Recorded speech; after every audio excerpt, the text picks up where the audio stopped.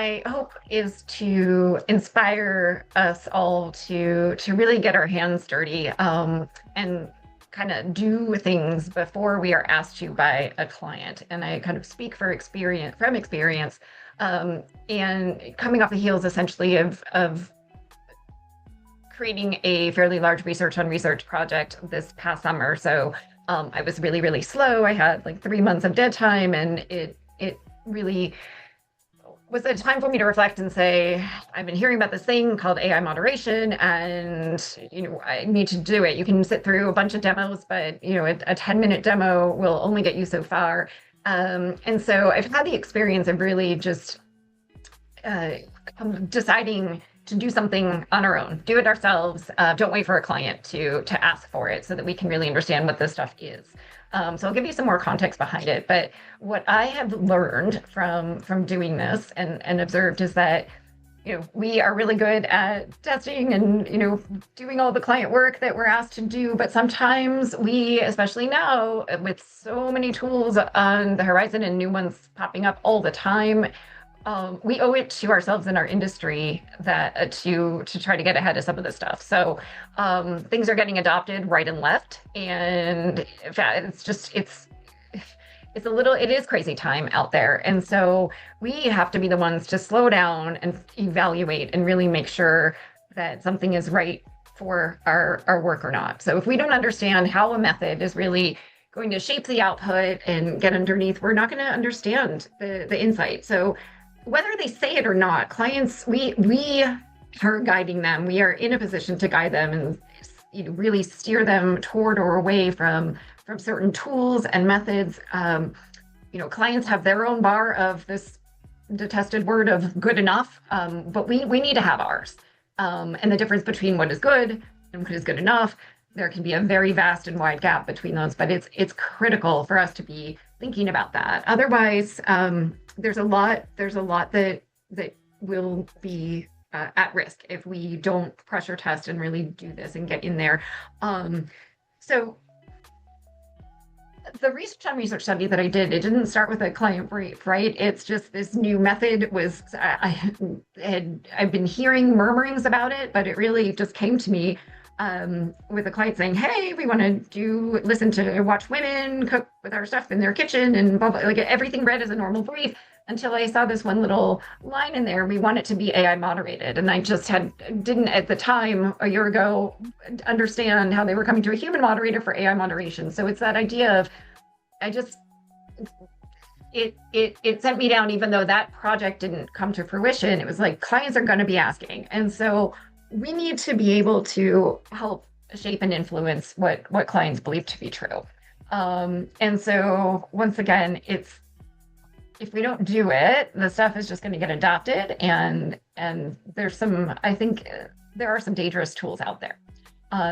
So even if it's not funded, the idea of research on research, certainly we all know what it is, but the way I'm thinking about it and the way I invite us to think about it is really just, it can be a small way of looking at a particular approach, and how the way we design that study is going to elicit different types of responses. Who we decide to bring into our study is going to elicit very different types of responses. But all of that, it's up to us to figure out how it impacts the data. And we can't sit and just wait for permission to do it, because things are truly moving faster, I think, than they ever have. If we wait for validation, we're already behind the speed at which the stuff is getting adopted. I also firmly believe that we shouldn't do this alone. The beauty of, for many of us, being independents in this community is this is our invitation where we get to partner with each other on this. My research on research study was a massive collaboration. I brought in another researcher, analyst. It had platform partner, recruiting partners, design agency partners. It was, and that's the beauty of, especially for us who are solopreneurs and independents, we get to assemble our own team and curate our own team. So it really is a beautiful opportunity and invitation. Think about who you want to work with and just create the work. But I also really want to invite you to think about is it doesn't have to be, I said massive collaboration. Mine was the Menopause Project, which I will talk about in May. And we'll have 90 minutes. I'm purposely staying away from that right now, but it doesn't have to be that big. It really, really doesn't. It really can be something that you're just kind of running in parallel, do a parallel path, just kind of in many ways. We have this data, you're kind of looking at it, but approach it from a different angle. Think about different approaches and start documenting what you're already seeing. So I think there are small ways to weave this stuff in without it necessarily being a standalone massive project, although I do think that ideally it would be that, frankly.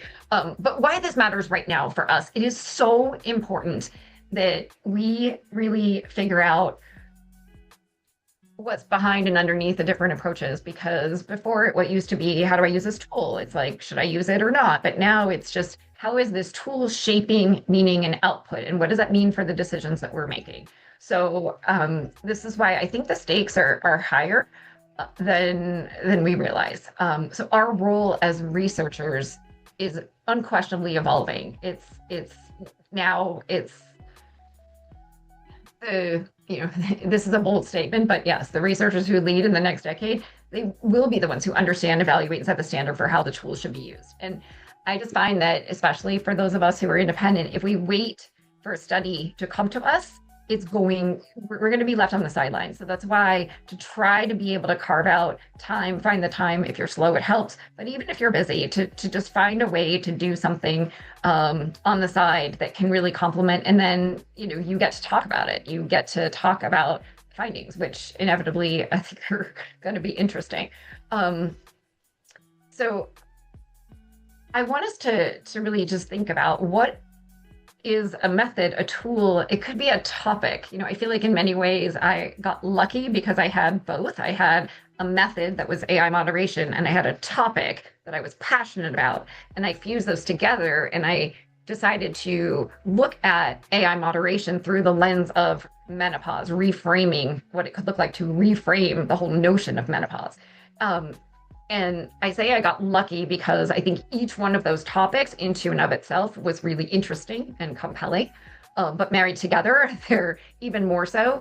But the invitation is to really think about, whatever that, there's a lot of stuff that we are innately curious about. And my invitation to us all is to think about a topic that is near and dear to you and marry that with some of these just untested tools. And I guarantee you, there are so many, so many, and figure out how you want to just attack it head on, from the side, in a big way, in a small way. I think doing this is more accessible than you think. I'm going to go on record and say my Research on Research initiative didn't cost me anything aside from a boatload of time, a ton of time. But the cash outlay, I mean, I had people, that is partners, like recruiter and partner, fighting for who was going to cover the incentives for this stuff. So if you design something well, your partners are going to be lining up.